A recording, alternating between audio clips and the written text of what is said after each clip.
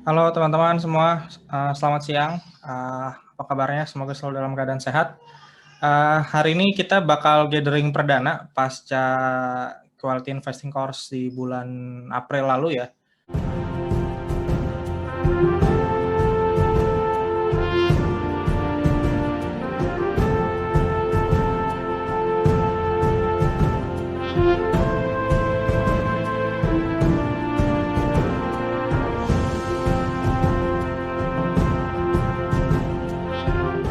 Oke, langsung aja. Mas Regan, monggo. Oh iya, ya makasih Mas. Bentar, ini video saya kebalik nggak sih? Iya, kebalik Mas. Kebalik ya. Bentar. Waduh, kebalik gini nggak apa-apa lah ya. Pakai HP Mas? Iya, saya pakai HP. Habis komputer saya nggak ada webcam.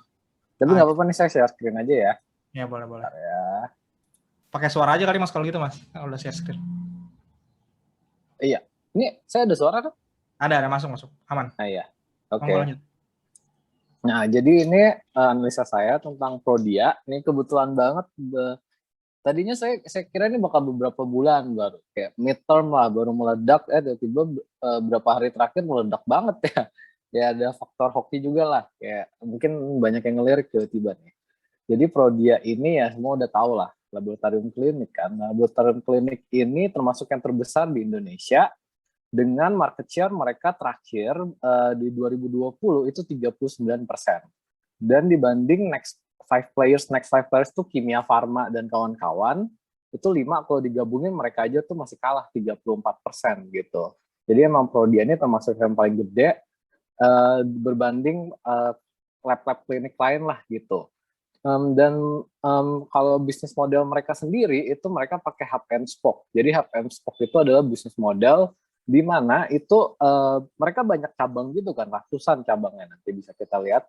Nah, ratusan cabang ini tapi actually nggak setiap cabang mereka bisa melakukan tes mereka masing-masing gitu.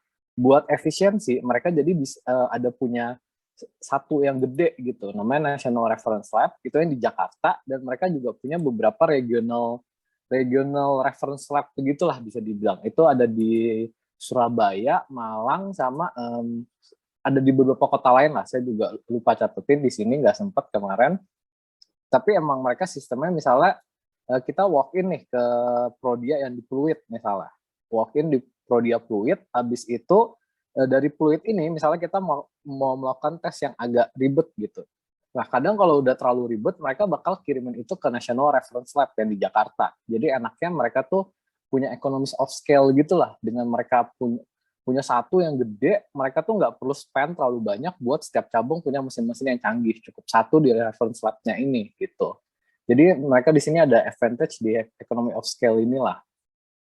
Dan untuk itu, karena itu mereka juga yang tadi saya bilang sih, economies of scale mereka udah paling gede, jadi mereka enak lah gitu. Mereka cukup punya reference lab yang alatnya paling canggih, paling baru beberapa, sisanya mereka bisa buka cabang yang di satu kota lah, atau di sekitarnya, di satu region gitu. Dan ini sendiri itu banyaknya lab mereka, dan mereka tuh per 31 Desember, ini annual report ya 2020, mereka tuh punya PHC dan specialty clinic itu sebanyak 10 outlet. PHC itu tuh kayak rumah sakit gitulah, kayak rumah sakit gitu buat kita bisa datang konsultasiin penyakit kita. Nanti kalau ujung-ujungnya mau di tes ya kita nanti bakal di refer gitu ke salah satu lab mereka, atau mungkin juga ada di beberapa. Habis itu buat clinical lab sama medical lab mereka tuh mereka punya 142 outlet. Point of care itu mereka punya 103 outlet. 103 point of care ini tuh maksudnya mereka kerjasama dengan rumah sakit lain gitu. Kayak misalnya mereka kerjasama dengan klinik THT di mana gitu. Nah, mereka tuh di sana kadang klinik itu kan mereka nggak terlalu gede ya. Mereka pasti nggak punya lab yang canggih sendiri gitu. Nah, jadi Prodia kerjasama nih sama mereka nih gitu. Habis itu juga kerjasama dengan rumah sakit, obviously di dalam rumah sakit yang udah lebih gede gitu. Jadi total itu kira-kira mereka punya 255, 277 lah gitu. Kalau saya hitung dari sini ya, itu totalnya gitu. Dan untuk market share per region mereka sendiri, itu mereka tuh, ini datanya, sorry, beberapa saya dapat datanya tuh 2015 sih, cuman saya assume harusnya nggak berubah banyak lah selama 6 tahun belakangan ini. Kalaupun berubah paling berapa persen lah gitu. Dan revenue by region mereka tuh paling gede itu ada di Jakarta, Palembang, dan Lampung. Itu 40% revenue mereka tuh dari sana. Unsurprisingly lah, karena emang ya Jawa gitu kan. Habis itu di Jawa Tengah sendiri mereka tuh 12%. Habis itu di Sulawesi, Maluku 11%, Jawa Barat 8%, sisanya cukup kecil lah gitu. Jadi memang area-area yang Jawa ini memang kunci lah gitu buat mereka. Cuman opportunity for growth-nya juga ya jelas gede gitu di tempat lain gitu. Cuma mungkin ya buat sekarang nggak se-Jawa lah gitu. Dan buat market share mereka sendiri di region-region mereka sendiri, ternyata mereka juga bukan yang terlalu paling gede, meskipun duit mereka paling kenceng di Jawa, cuman mereka tuh market share mereka tuh nggak terlalu dominan juga di Jawa, ya cuman 15% gitu misalnya di Jawa Timur, Bali, sama Nusa Tenggara gitu. Terus di Jawa Barat sendiri bahkan mereka cuma 6% gitu. Cuman di Jakarta, di Jabodetabek, Palembang sama Lampung mereka oke lah 19% gitu. Sedangkan kalau di Sulawesi dan Maluku mereka 29%. Sisanya kurang lebih 9 sampai 14% lah gitu. Dan buat revenue segment sendiri per Q3 2020 kemarin, kontribusi tes COVID ini sekitar 16 sampai 17% total revenue mereka. Jadi sebenarnya mereka tuh nggak terlalu, revenue mereka nggak sampai loncat gimana banget karena COVID. Cuman nanti kita lihat nih, sebenarnya mereka tuh diuntungkan sama operating leverage mereka gitu. Jadi meskipun revenue cuma naik 16 sampai 17%, mereka bisa profitnya loncatnya 2 sampai 3 sampai 4 kali lipat, apalagi yang Q1 2021 kemarin kan. Mereka tuh bisa diuntungkan banget karena ya itu sih operating leverage mereka nanti. Terus saya tadinya mau coba cari Q1 2021 lah obviously, cuman nggak dapet juga nih datanya, akhirnya Q3 2020. Cuman mengingat itu udah masuk pandemi, menurut saya udah oke lah, lumayan relevan. Meskipun pasti Q1 sama Q2 2021 ini sih yang wave 2 ini kan, ini parah nih. Ini pasti udah bisa aja jauh gitu di atas belasan persen gitu. Who knows kan, 20%, 25%. Habis itu segmen pelanggan individu sendiri, rujukan dokter, korporat, referensi pihak ketiga ini saya dapat nih Q1 2001, ini lebih gampang lah datanya diambil. Mereka tuh dari walk-in itu mereka kebanyakan 30,6% dari total revenue. Rujukan dokter mereka tuh hampir sama nih dengan pelanggan individu nih, 30,6%. Korporat itu 14,5%. 14,5%. Korporat ini maksudnya kita nih yang misalnya kerja kantoran, habis itu kita dapat asuransi nih dari kantor. Nah, kita kan kadang pakai gitu ya. Dan kadang mungkin ada ya, kalau saya punya nggak ada sih, cuman ada yang cover, mungkin bisa buat tes gitu, atau nggak mungkin ya didiagnosis sama dokternya curiga penyakit ini, akhirnya disuruh ke lab Prodia buat cek. Nah, di sini mungkin dibayarnya sama asuransi korporat kan, masuknya mungkin ke sini nih gitu. Dan buat segmen referensi pihak ketiga ini 24,3%. Karena dan ini menurut saya pihak ketiga ini yang termasuk yang paling menarik sih, karena ini pertama nih rujukan dari bagian laboratorium klinik dan rumah sakit lain. Ini berarti menunjukkan ketidakcukupan klinik dan rumah sakit lain itu buat kayak, wah ini tesnya nih susah nih kayaknya nih penyakit ini nih, kayak wah ribet, ya udahlah kita rujuk ke Prodia. Secara tidak langsung tuh mengakui superioritas teknologi Prodia lah mungkin gitu.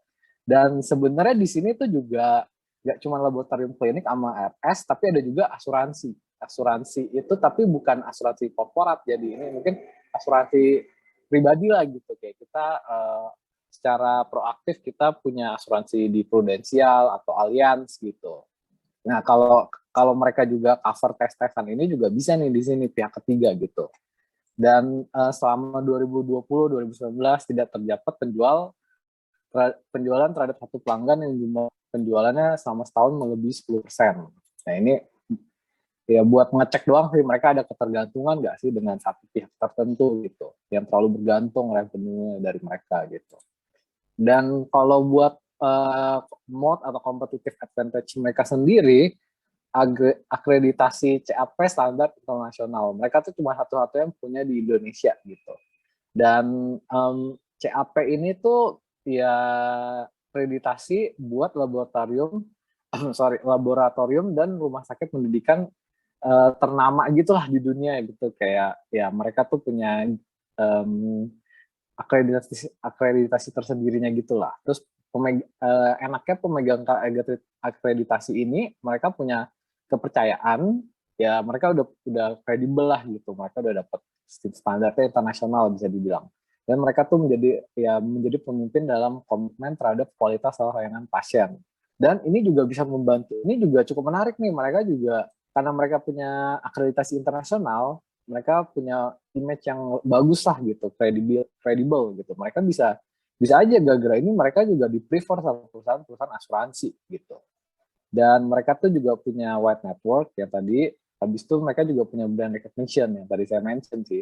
Ya karena mereka punya biasa tuh rumah sakit itu mereka punya MOU lah dengan referral lab ini. Dan biasa kalau misalnya rumah sakit, misalnya dokter ini udah biasa refer ke lab dia, ya iya lebih besar chance dia buat nge-refer selanjutnya ke pro dia lagi, karena dia mungkin udah nyaman, dia udah percaya dengan hasil-hasil tes pro dia, dan dia mungkin bahkan udah punya relationship yang baik dengan pro dia gitu.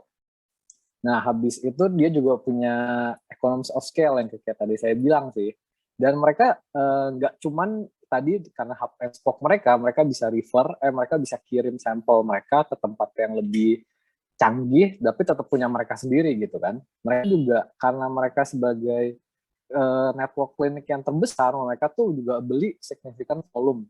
Mereka beli test kit, reagen, dan hal-hal, dan supply medical lain, supply tes lain dalam jumlah gede, sehingga mereka tuh lebih punya bargaining power lah gitu. Meskipun saya sendiri belum sempat nemu sih kayak ini bargaining power mereka tuh sekencang apa. Kalau misalnya kayak Walmart di Amerika sana kan bargaining power itu sangat luar biasa gitu ya.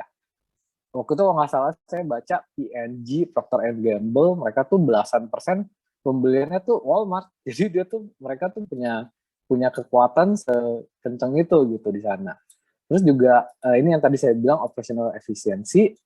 Jadi karena dia punya jaringan network yang sangat luas dan banyak, mereka tuh bisa nih kayak sekali ngetes itu, dia tuh bisa sekali ngetes satu batch itu bisa langsung banyak gitu. Kayak kapasitasnya bisa dimaksimalin gitu.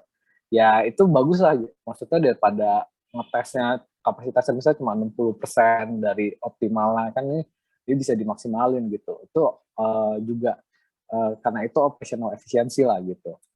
Habis itu mode-nya ini, nah kalau buat mode-nya ini sendiri, sebenarnya yang waktu itu Mas Alfi pernah ngajarin kan, kayak emang kadang kita lihat satu company, kita bisa bilang, oh ini growth potential-nya berapa persen, ya. Ini yang orang kedua bisa bilang beda lagi gitu. Dan menurut saya ini juga, ini bisa ada yang lihat ini dan bilang narrow, nanti saya ada kasih risk-risknya juga lah, resiko-resikonya juga. Mungkin karena itu kita jadi narrow gitu, ada yang bisa lihat narrow gitu. Tapi ada juga bilang white nih, white mode gitu. Nah, dan ini sendiri nanti kita lihat lah gitu resiko-resikonya. Habis itu buat yang ini kita lihat inventory days-nya. Inventory days itu ya simple sih, seberapa lama barang-barang di inventory itu dikeluarin atau dimasukin gitu. Dikeluarin sih lebih tepatnya, sorry. Habis itu ini penting karena buat di bisnis ini ya di bisnis apapun penting sih, cuman di bisnis lab klinik ini lebih penting lah gitu, karena ini juga karena yang namanya alat-alat tes, reagen gitu yang kalau udah jelek, udah expired gitu kan ya pasti udah nggak bisa digunain, hasilnya udah nggak akurat lah kayak. Apalagi pro dia juga mau menjaga image mereka pastikan dengan akreditasi tadi tuh yang kayak apa ya, standar internasional gitu. Dan surprisingly mereka tuh inventory days mereka tuh cukup naik sih dari 2013. Tadi inventory days mereka tuh 6,9 kira-kira, kayak buletin 7. Dan belakangan itu naik jadi belasan-belasan, dan terakhir di Q1 2021 22.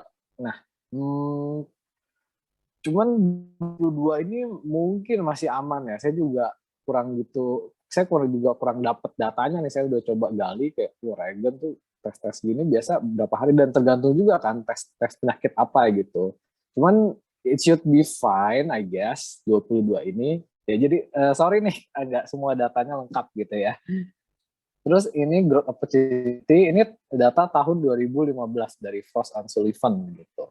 Ini emang agak outdated, cuman seperti yang saya bilang sih, kalau buat kayak growth opportunity ini menurut saya 6 tahun itu cukup lama, cuman mungkin karena healthcare di Indonesia belum tahu segimana, ya opportunity ke depannya juga masih gede gitu. Habis itu, bentar, sorry. Pas tahun 2015 kemarin, Frost and Sullivan ini, mereka expect kalau private independent laboratory segment ini kayak Prodia itu, mereka tuh bisa grow at 16.3 compounded annual growth rate gitu selama 3 tahun ke depan, 2015, 16, 17 gitu. Ya dengan 16,3% CAGR ini, waktu itu mereka project kalau ini bisa jadi salah satu the fastest growing healthcare service market in Indonesia gitu. Dan ini juga menarik nih, kayak clinical lab test spending per kapita di Indonesia 5,1 US per kapita, US dollar. Nah, sementara kalau kita bandingin sama negara-negara tetangga kita nih, sebenarnya kita ketinggalannya juga jauh banget. Kayak kita 5,1 dolar, tetangga kita 16,9 dolar di Thailand, Malaysia, sama Vietnam.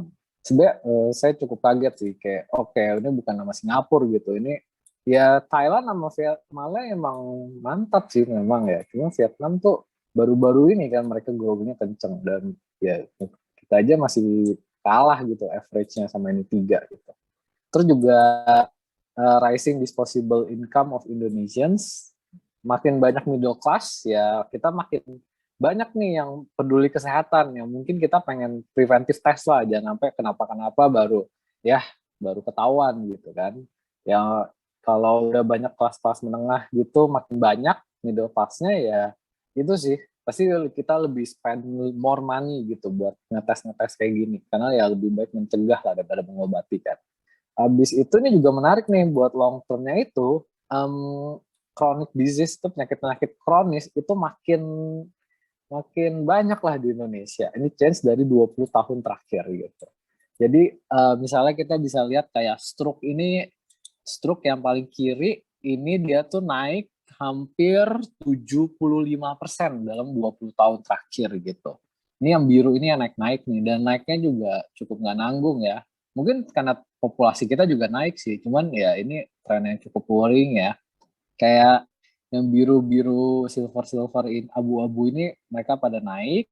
Nah ini penyakit-penyakit ini kan buat ngedeteknya banyak dari mereka yang kita harus pakai lab klinik gini kan. Dan ya di sinilah this is where Prodia comes in gitu. Yang berkurang tuh cuman yang di dikit-dikit ini nih, yang warna A, ini warna ya oke, nggak penting. Pokoknya ini yang berkurang dikit deh. Habis itu revenue segment mereka, nah ini yang menarik nih. Ini salah satu alasan saya tertarik sama Prodia ini, kalau saya lupa mention ya. Tesisnya itu simple, ya ini COVID-nya lagi gila banget gitu kan. Ya ini worrying lah gitu. It worries a lot of people, dan orang-orang dan kita tuh saat kita worry kan pasti kita dikit-dikit kayak aduh gak enak badan ya, kalau kita punya duitnya kita pasti pengen tes lah gitu. Dan Prodia ini kan termasuk yang banyak kan, yang tadi tuh cabangnya banyak gitu, dan duit dari lab mereka itu 90% dari revenue mereka tuh dari lab. Jadi memang oh wow oke. Ini cukup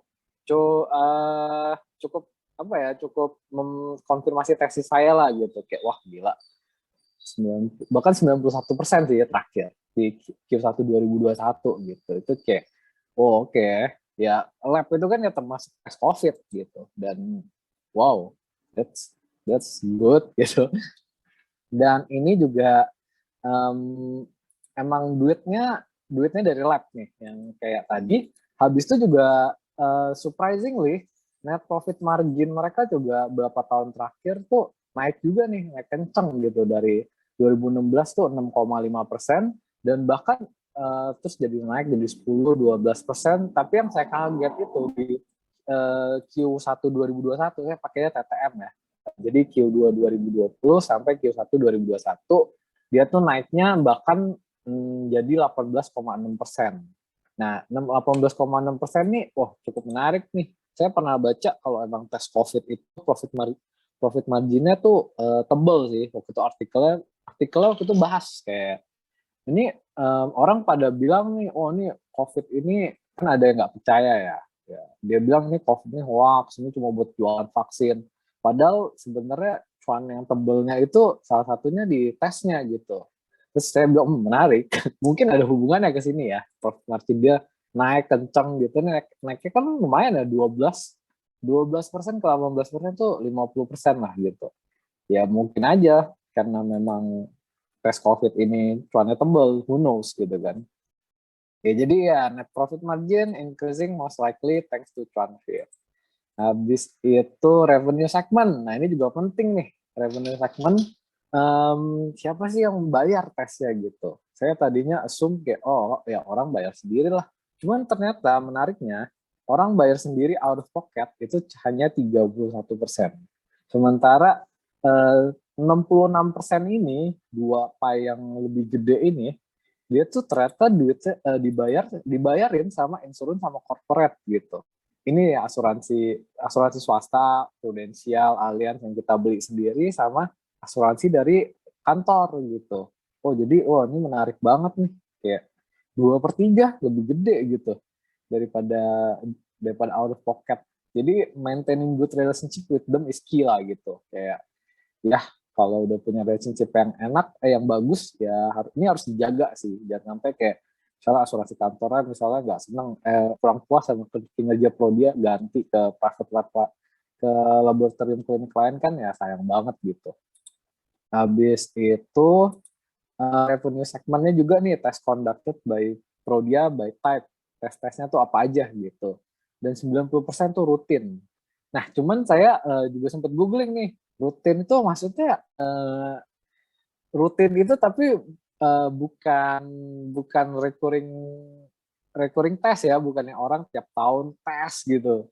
Mungkin ini lebih ke tipenya gitu, tipe tes rutin. Nah, cuman yang saya penasaran juga, ini rutin tes ini nih maksudnya bener gak nih kayak yang tes tuh orangnya itu aja gitu tiap hari. Tahun ini tes ini, tahun depan tes lagi, biasa kan medical check up gitu yang secara reguler gitu. Nah yang saya bingung tuh yang saya pertanyakan itu rutin tes ini translate to higher customer royalty nggak gitu. Oh saya nggak tahu sih masukin datanya ke sini atau enggak. Tapi actually Pro dia juga cukup punya pricing power. Mereka tiap tahun tuh bisa naikin naikin biaya tes mereka, naikin harga tes mereka gitu dan customernya tetap yang tes-tes aja. Jadi secara volume stabil atau bertumbuh dikit, tapi secara harga dia tuh selalu naik. Tapi saya lupa masukin sini, sorry. Habis itu, nah ini juga menarik, revenue growth per segment. Yang tadi nih, yang kita lihat kan, individu, korporat kah, atau referensi pihak ketiga. Korporasi, oh sorry, ini agak beda sih. Ini nggak ada, ini nggak ada third party reference nih. Ini lebih ke yang bayar sih siapa, sorry. Ini revenue growth per segment, saya hitung CAGR 8 tahun terakhir lah gitu dari 2013 sampai 2020. Saya nggak ambil Q1 2021 nih. 8 tahun terakhir individu itu naiknya 7,67%. Ya oke lah, meskipun nggak seberapa impresif gitu. Referensi dokter juga naik 8,4% gitu. Meskipun dia itu 8,4% ya oke lah. Korporasi ini yang agak stagnan ini. Dia tuh 3 tahun terakhir 272 balik turun lagi 266, terus naik lagi 272. Maka dia CAGR-nya juga cukup ya nggak segimana impresif juga sih, 7,5% lah gitu. Tapi yang impresif buat saya itu referensi pihak ketiga ini, dari 166 jadi 454 hampir. Jadi dia CAGR-nya 15,38%. Dan ini ya, wah ini mantep sih, kenceng sih. Terus ini juga entah kenapa dari kemarin ini yang attract my attention gitu, kayak referensi pihak ketiga. Terus kayak, dan yang kita tadi saya bilang sih, ini secara nggak langsung kayak mengconfirm kayak oke, banyak lab, banyak klinik yang mereka di luar Prodia yang secara tidak langsung mengakui nih, oh Prodia memang lebih oke nih teknologinya, kita nggak sanggup, udah lalu di refer lah ke Prodia gitu. Atau enggak, mungkin juga bisa ada tren dari asuransi swasta sih yang tadi. Yang kayak tadi kita lihat kan, asuransi swasta mereka bayar 32% duitnya dibayarin sama asuransi swasta ini nih. Ini menarik sih. Dan saya pernah dengar dari teman saya, memang asuransi swasta di Indonesia tuh masih penetration-nya masih sangat rendah lah gitu, single digit persen gitu. Kayak berapa ya waktu itu dia bilang? 4 atau 5% gitu. Seingat saya ya, saya juga nggak terlalu tahu lah datanya. Itu dia bilang doang sih, saya juga belum mengkonfirmasi datanya. Cuman ini, nah ini yang patut di di di itulah, di keep an eye lah gitu. 15,4% ini kalau naik terus bisa-bisa dia bahkan lebih tinggi nih dari individu nih berapa tahun ke depan gitu. Habis itu sorry, saya minum dulu. Manajemennya kita cek nih, owner operator, iya. Komisaris utama Andi Wijaya itu, dia itu pendiri dan sekaligus komisaris utama di pengendali di Prodia Utama. Pengendalinya Prodia ini. Dan $1 test, not sure. Nah ini saya buat analisanya tuh sebelum menggila ya sahamnya. Jadi ya 5 tahun saya bikin tuh akhir Juni. Akhir Juni bukan sih? Kayaknya akhir Juni sih. Terus ya dia baru 5 tahun di bursa, tapi harga sahamnya turun terus ya IPO. Cuman ini berarti udah yes nih sekarang nih. Menarik ya, tiba-tiba dalam 1 minggu langsung jadi yes gitu. Habis itu transaksi pihak berelasi kecil, iya. Ini bisa kita lihat terakhir transaksi pihak berelasi dia tuh hanya kira-kira ini nih yang saya hijauin. Kayak misalnya penjualan dia terhadap pihak-pihak berelasi itu hanya 0,21% gitu dari total pendapatan atau beban terkait. Dan pembelian dia dari pihak berelasi juga 2,4%. Oh, by the way saya lupa mention, sorry. Ini dari mode-nya ini, dia tuh juga saat dia beli test kit, reagen gitu-gitu, dia tuh juga cukup diuntungkan karena dia nge-lock harga dari suppliernya tuh cukup panjang gitu. Kayak oke, kita lock harga misal 3 tahun, misal 3 tahun kelamaan gak ya? Nanti deh saya ada di bawah, sorry. Agak loncat-loncat, sorry ya. Habis itu ini nih pihak gaji-gaji manajemen nih. Ya siapa sih yang mau kita investasi cuman duitnya malah masuk ke kantong manajemen, semua gajinya kegedean gitu. Nah ini beban jasa manajemen dengan pihak berelasi hanya 0,55%. Tapi ini naiknya kenceng banget ya. Dari 2019 cuma 0,2% loh. Sekarang ternyata jadi 0,55%.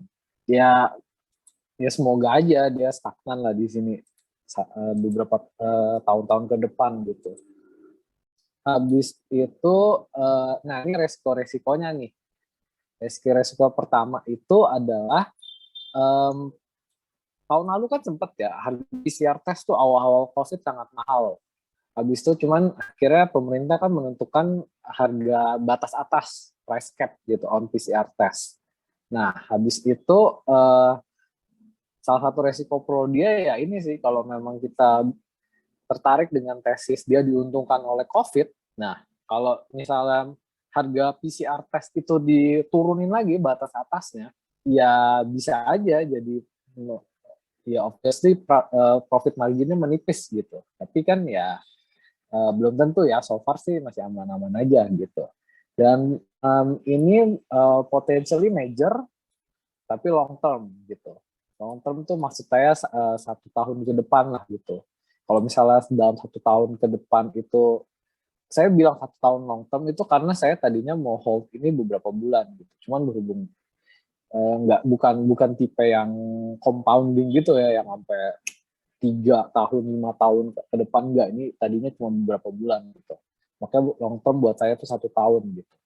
Ya kalau misalnya tiba-tiba di bawah 1 tahun COVID kelar, ya buy COVID buy cuan fit gitu.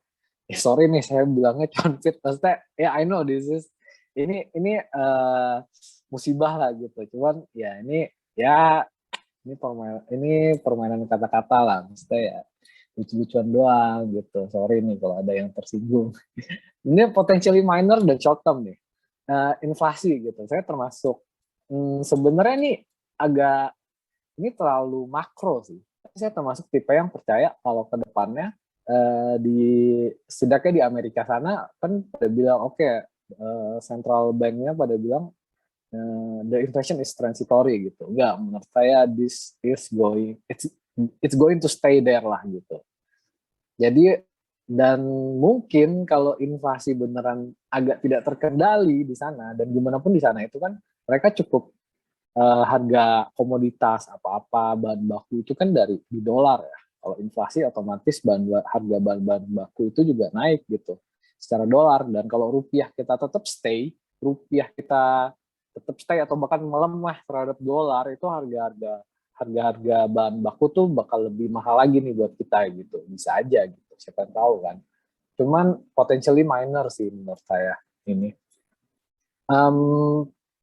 Jadi kalau harga-harga bahan bakunya naik, bisa aja harga-harga reagen, terus tes alat-alat consumables yang buat tes ini bisa aja naik juga nih.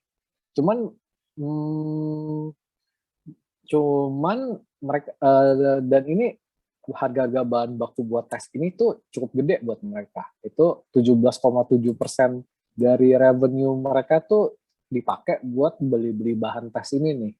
Nah, cuman yang kayak tadi saya bilang, untung enaknya mereka tuh nggak kena kurs, fluktuasi harga kurs, karena mereka tuh biasa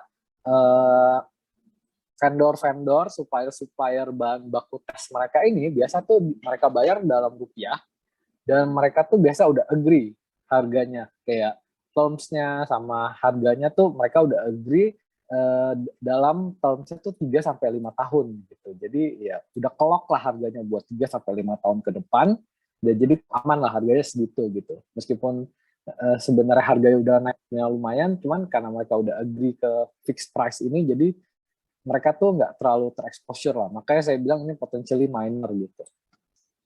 Habis itu sebagai perusahaan healthcare, mereka tuh juga, yang namanya perusahaan healthcare tuh pasti selalu ada resiko lah di regulasi.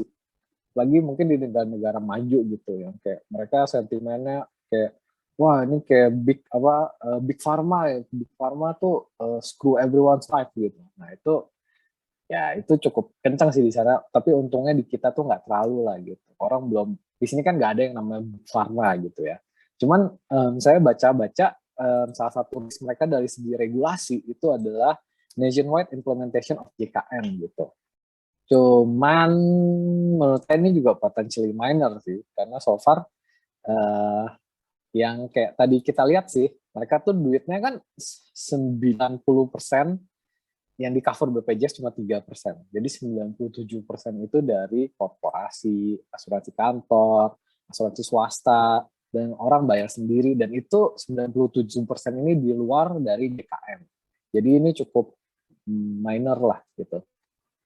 Habis itu, nah ini juga potentially minor juga sih. Ini kebanyakan potentially minor sih.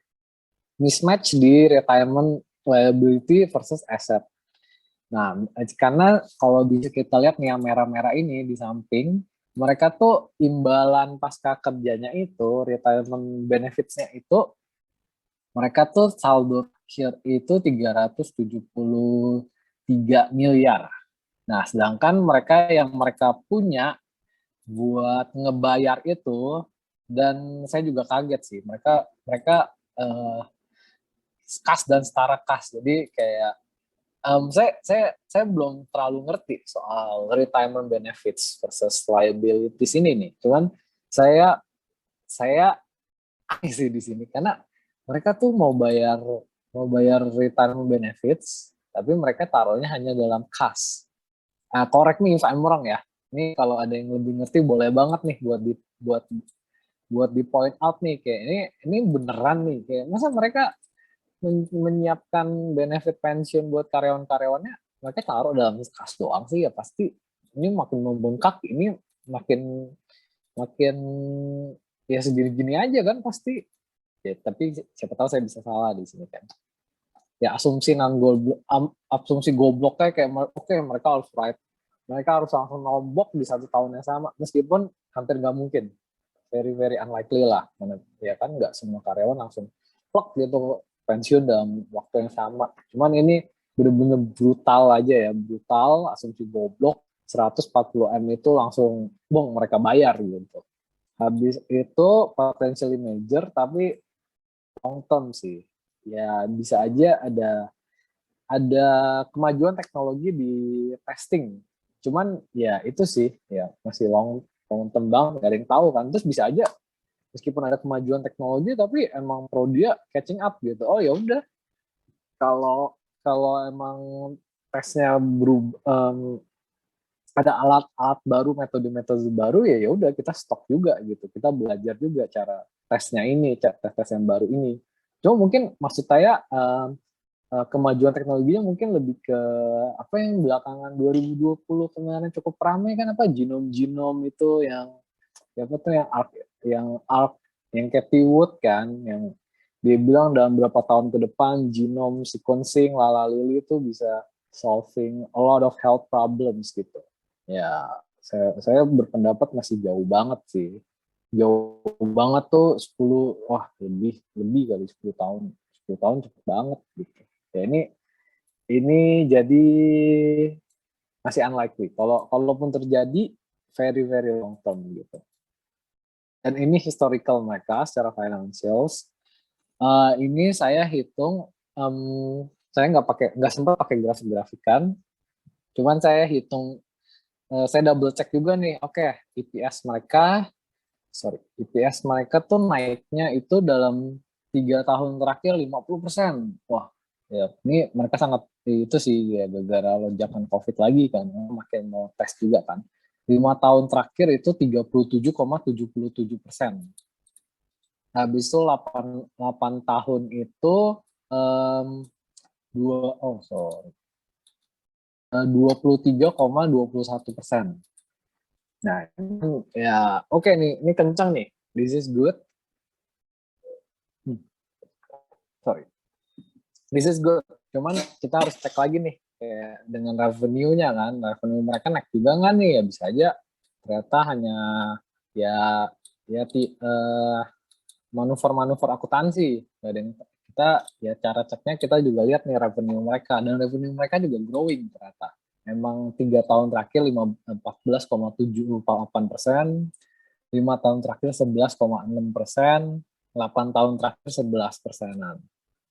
Dan ini juga oke, revenue naik segini, tapi EPS naik segini. Kenapa? Oh, karena net profit margin mereka juga naik kenceng nih, kayak tadi saya mention sih, dari kira-kira 6%, dari 6% itu jadi 18%-an. Habis itu kita juga lihat ini mereka pakai nambah leverage nggak nih? Ya bisa aja kan. ROE dulu. Bisa aja ROE mereka nih juga naiknya lumayan. Ini ini by the way saya yang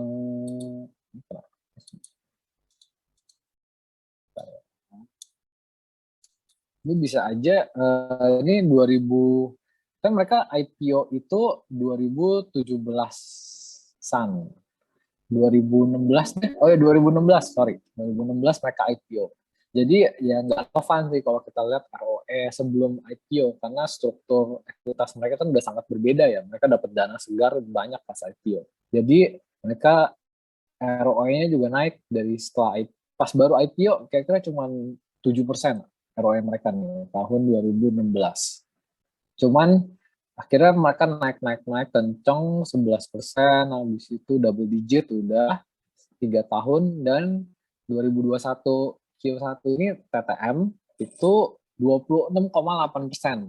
Oke, ini berarti ROE mereka kenceng, tapi apakah karena leverage juga? Oh enggak juga, ternyata leverage mereka bahkan menurun gitu dari 0,44 pas IPO, sekarang hanya tinggal hampir setengahnya 0,23 gitu. Dan juga kita lihat dari gross profit margin mereka actually menurun sih, cuman menurunnya tipis lah gitu. Kayak dari 57, 58, 60% jadi 57 lagi. Jadi ya stabil lah di sana.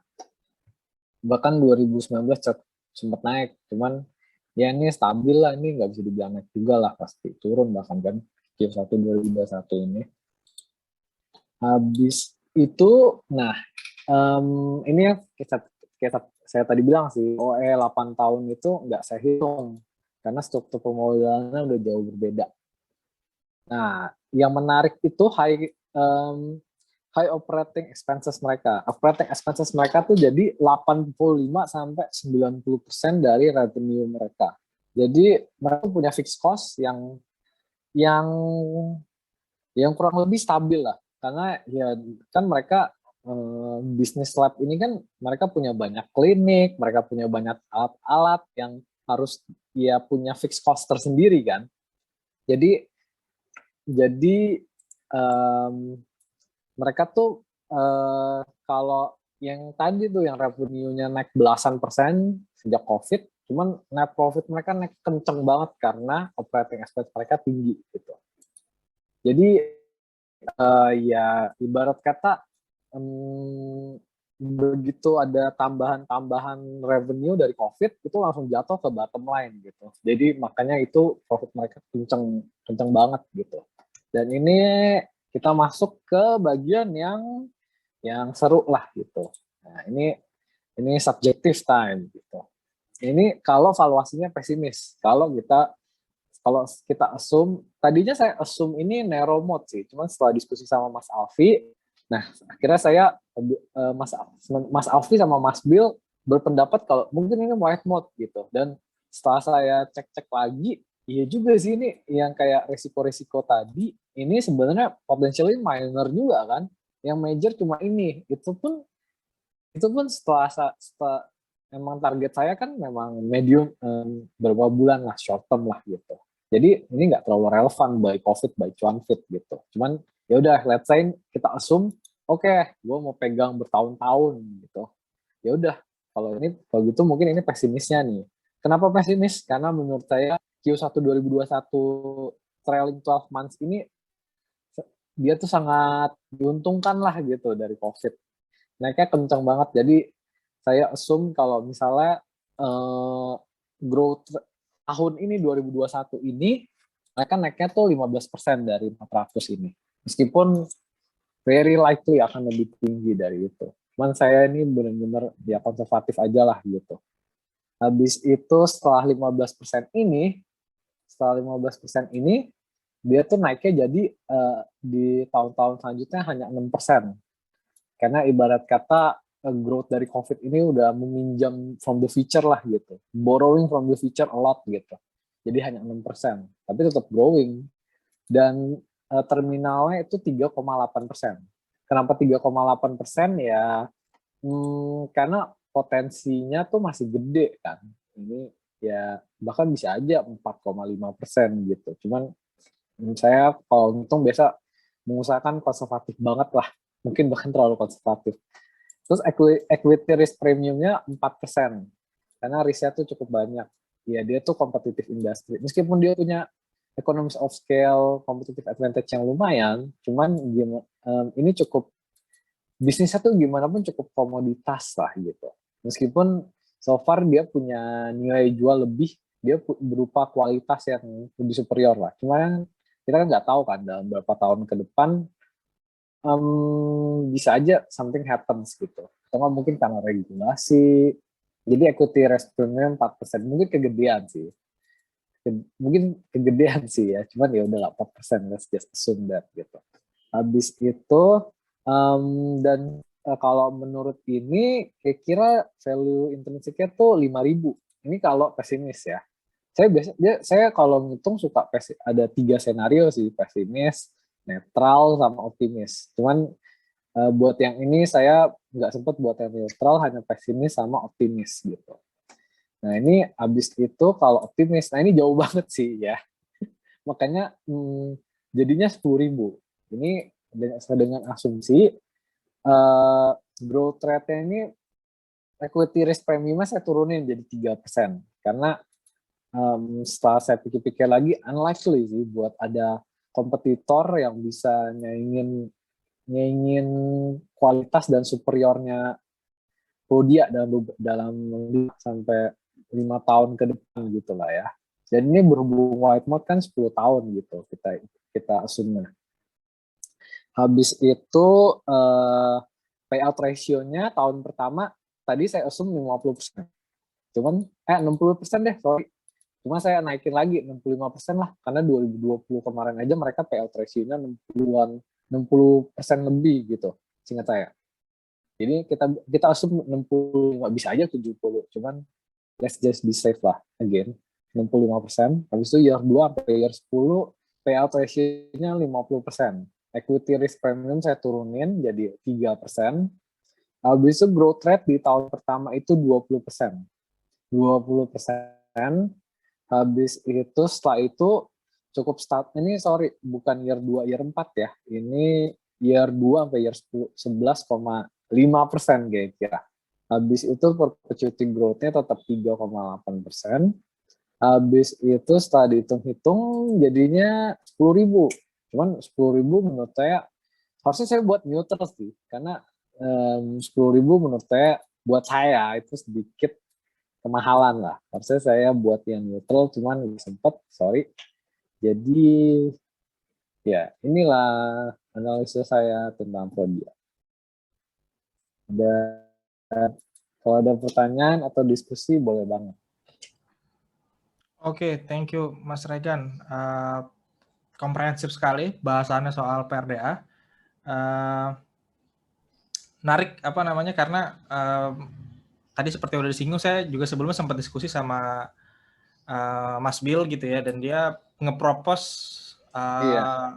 analisisnya dia menurut dia itu white mode, dan melihat elaborasi juga saya sependapat sama dia gitu ya, dan mungkin menarik buat teman-teman buat bertanya atau ngulik lebih dalam.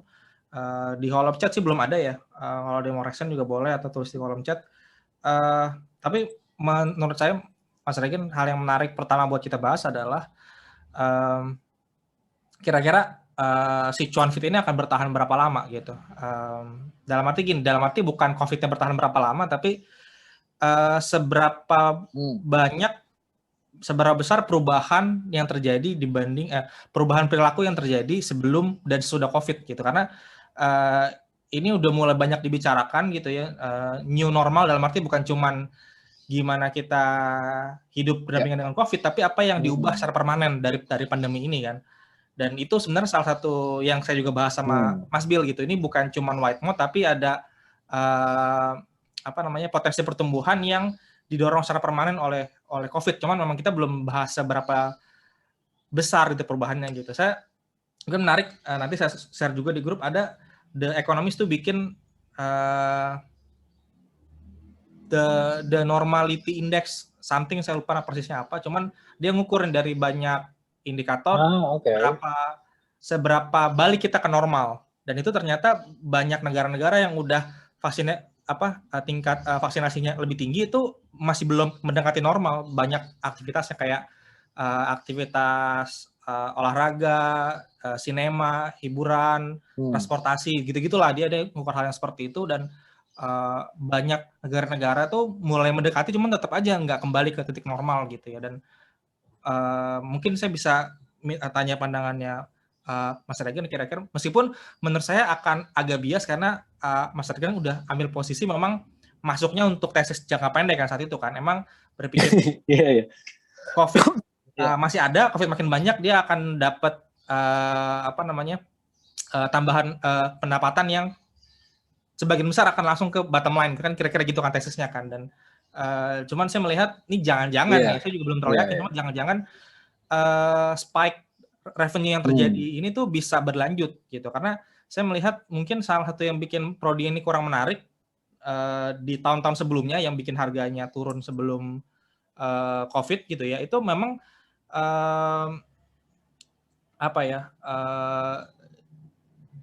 kebutuhan untuk periksa lab ini masih jadi yang sangat tersier lah, masih belum diprioritaskan, sehingga mungkin kalau nggak karena keperluan tertentu, nggak orang eagerness-nya rendah lah. Nah, saya curiga karena ini juga terjadi di saya sendiri gitu ya. Saya dulu cuman pernah tes di Prodi itu cuman pas mau nikah doang, pas jelang nikah. Cuman pas gara-gara COVID ini jadi khawatir karena kan semua orang jadi was-was adalah apakah dia punya comorbid. Gitu kan, dia khawatir apakah dia punya penyakit bawaan yang memungkinkan dia kena risiko dari virus-virus selain COVID di masa depan nanti gitu. Saya curiga itu ada, cuman saya belum yakin akan seberapa banyak gitu. Mas Regen punya pandangan soal itu? Seberapa permanen perubahan dari COVID kira-kira gitu? Mungkin tergantung ya Mas, kayak kan ada yang kayak Singapura, mereka kan udah sebenarnya awal pandemi ini sempat ada dibahas juga sih, kayak bisa aja nih COVID is here to stay gitu, kayak jadi seasonal flu gitu, kayak kalau di luar negeri kan ada seasonal flu kan, bisa aja juga gitu. Cuma kayak Singapura sendiri baru-baru ini sempat heboh kan, kayak mereka mempersiapkan just buat hidup berdampingan dengan COVID. Nah kalau kayak gitu tuh emang cukup bisa buat tailwind mereka jangka panjang sih, kayak apalagi yang kayak Mas bilang bener, kayak kita jadi makin aware gitu, kayak gue punya, sebenarnya gue ada diabetes nggak sih, ada punya ini nggak sih, kayak kita jadi pengen ngetes gitu kan. Nah iya menurut saya ini cukup tergantung sih, kayak misalnya let's say apakah ini kayak flu gitu, apakah atau kayak dia kayak Spanish flu. Kalau Spanish flu itu kan awal abad 20, mereka tuh 3 tahun habis itu udah kayak mungkin herd immunity udah gitu ya. Jadi ini mungkin tergantung dari COVID-nya. Makanya saya juga nggak terlalu pengen nebak, maka saya juga lebih ke short term lah gitu, kayak berapa bulan. Kayak tadinya rencana saya Q2 2021 ini pasti meledak LK-nya, ya udah saya masuk deh sekarang. Tunggu berapa bulan baru keluar gitu. Cuman ya ini ya belakangan rally kenceng kan. Saya juga nggak berani menebak juga sih Mas, kayak kedepannya gimana gitu. COVID ini apakah ya yang tadi bilang sih, kayak Spanish flu apa seasonal flu gitu. Siap. Yang lain gimana? Ada yang mau ditanyain nggak? Mau nanya langsung atau tulis di chat?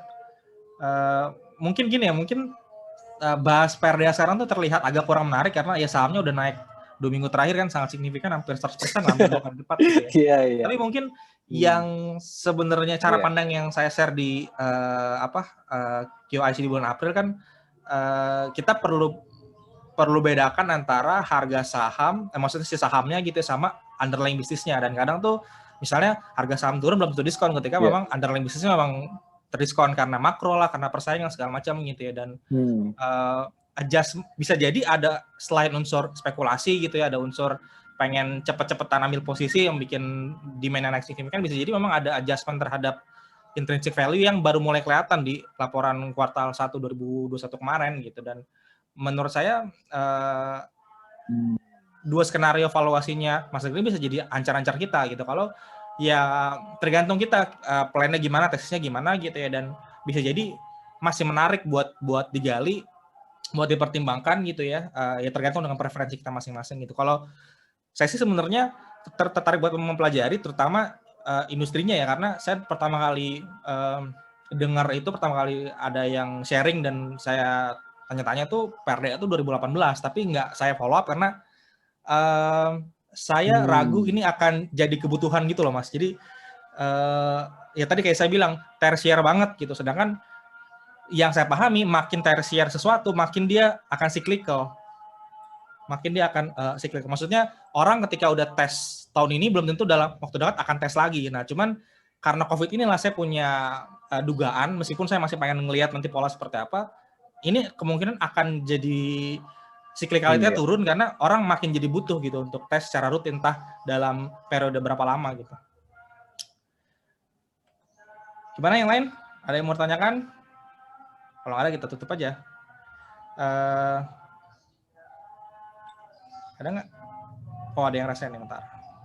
Kayaknya bisa langsung unmute sendiri deh. Halo. Oke, langsung, Mas Wilson. Iya, makasih Mas Regan buat pemaparannya. Menurut saya cukup komprehensif sih. Maksudnya saya ada coba analisis tentang Prodia juga sekitar 2 bulan lalu ya. Cuman berhubung saya punya posisi yang cukup banyak, semoga tidak bias ya dalam analisa saya. Jadi kalau misalnya Mas Regan itu lebih berfokus ke jangka bisnis ya, kalau saya itu lebih ke angka-angkanya. Kalau misalnya, saya buat share screen ya. Share screen. Oh iya, boleh. Silakan Mas. Nah, ya, udah ya.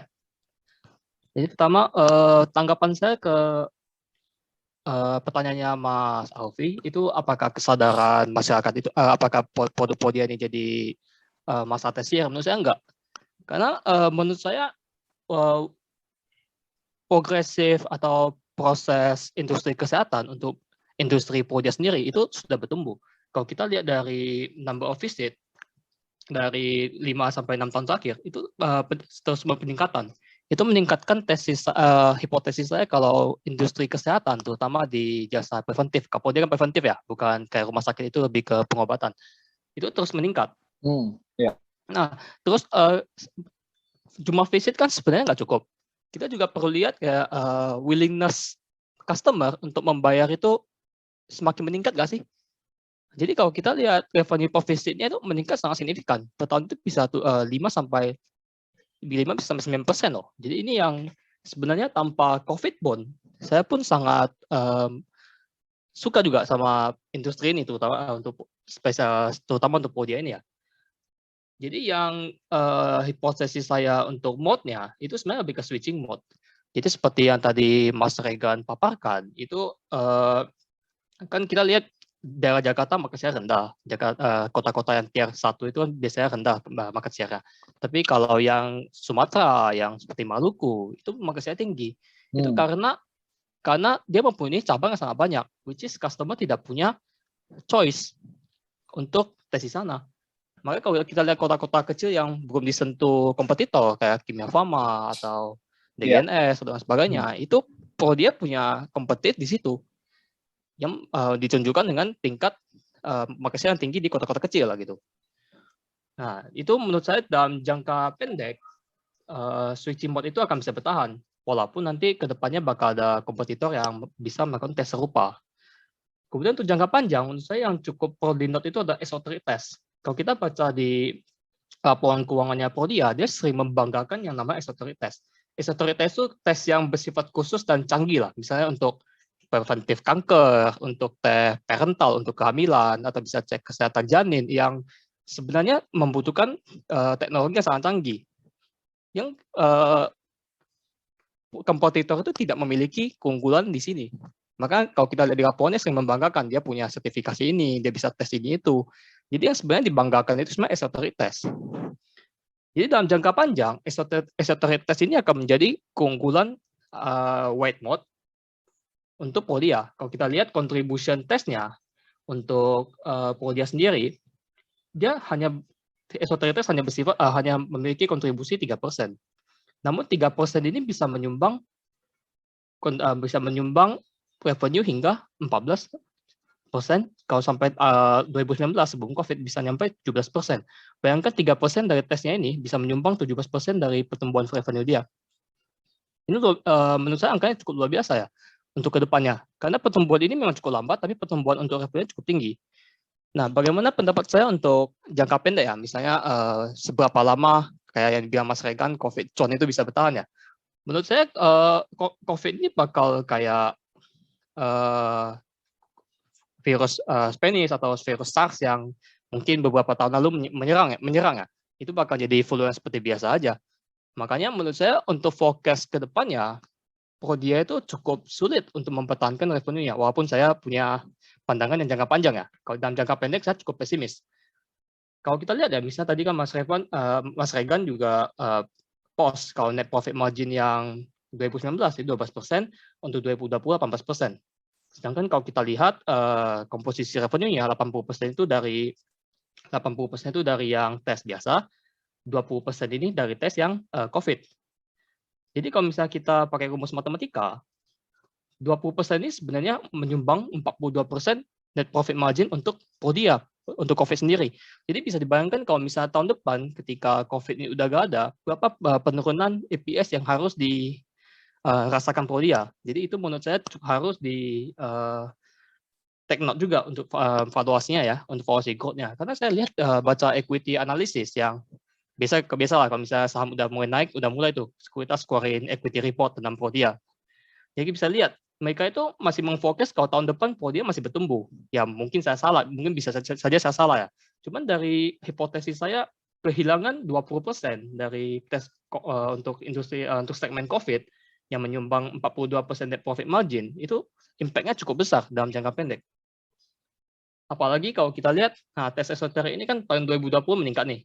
Nah ini saya duga 20%, peningkatan 20% ini total ini dari tes COVID. Dan pada tahun 2021 tesnya terus meningkat. Jadi jangka pendek ketika tes COVID ini udah agak berkontribusi lagi ke revenue dengan net profit margin yang sangat tinggi kontribusinya, impact-nya ke EPS Prodia ini sangat besar.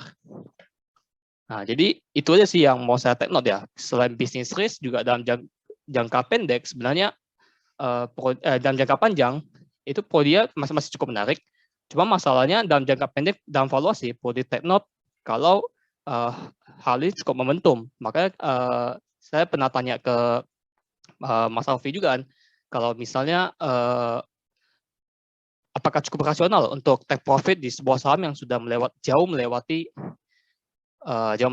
nilai valuasi kita atau target kita gitu. Karena cukup rasional. Karena sahamnya sudah masuk dalam zona hype ya. Itu aja sih yang mau saya tambahkan ya. Thank you Mas Wilson, mantap. Mungkin saya mau ngasih follow up pertanyaan ya karena ini menarik datanya. Pertama, yang visit itu data kunjungan ke apa PRDA atau keseluruhan industri lab ya? Ke Prodia sendiri. Oh, Prodia sendiri, siap. Ya. Terus tes COVID itu masuk ke esoteric test ya? Menurut saya masuk esoteric test karena kita lihat revenue per visit ini menurun tinggi ya. Number of visit meningkat tinggi. Namun kalau kita lihat di tes di laporan Prodia pada tahun 2020 sampai 2021 Q1, mereka menyebutkan kalau pada tahun 2020 segmen untuk tes laboratorium itu menurun 17%. Kalau kita lihat menurun minus 17%, sedangkan pertumbuhan pada 2020 itu kan meningkat cukup tinggi tuh. Apalagi pada tahun 2021 Q1 itu menunjukkan kalau tes COVID-nya itu memang porsinya cukup tinggi. Nah, menurut saya dari semua segmen yang bisa dimasukin tes esoterik dengan pertumbuhan yang 14, 15, 17 tiba-tiba bisa menjadi 37. Ini menurut saya cukup tes COVID dimasukin ke sini sih. Ya. Make sense. Jadi memang ini sih kalau yang saya coba tarik benang merah yang memang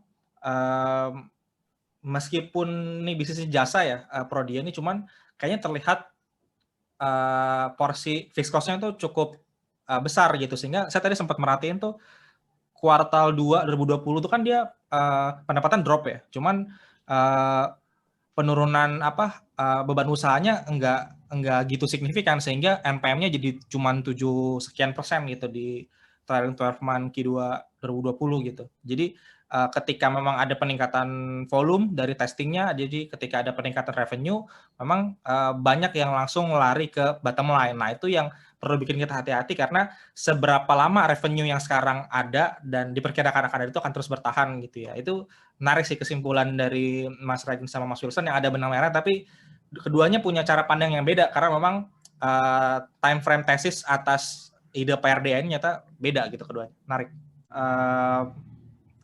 Hati-hati untuk nggak kebawa sama hype karena ya sekali lagi kita manusia biasa, makhluk emosional yang seringkali terdrive sama emosi kita dan salah satu biasa kan